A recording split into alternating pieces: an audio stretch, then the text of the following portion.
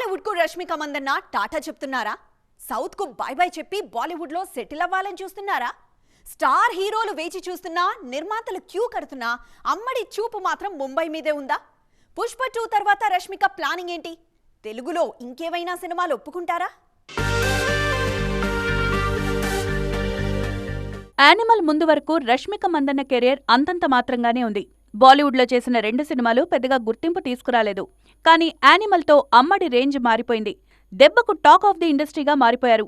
Animal సక్సెస్తో అసలైన pan Indian హీరోయిన్గా మారిపోయారు ఈ బ్యూటీ. సౌత్ సినిమాకు దూరంగా ఉండి బాలీవుడ్లో బిజీ అవ్వాలని చూస్తున్నారు రష్మిక. అందుకే పుష్ప 2తో పాటు మరో 4 సినిమాలు చేస్తున్నా ఏ ఒక్కటి రీజనల్ సినిమా లేదు. అన్నీ పాన్ ఇండియన్ లేదంటే లేడీ ఓరియంటెడ్ సినిమాలే. గర్ల్ ఫ్రెండ్, రెయిన్బో లాంటి లేడీ ఓరియంటెడ్ సినిమాల్లోనూ నటిస్తున్నారు రష్మిక మందన్న. యానిమల్ తర్వాత బాలీవుడ్లో రష్మిక కోసం నిర్మాతలు క్యూ కడుతున్నారు. రెమ్యునరేషన్ కూడా రెక్కలొచ్చేశాయి.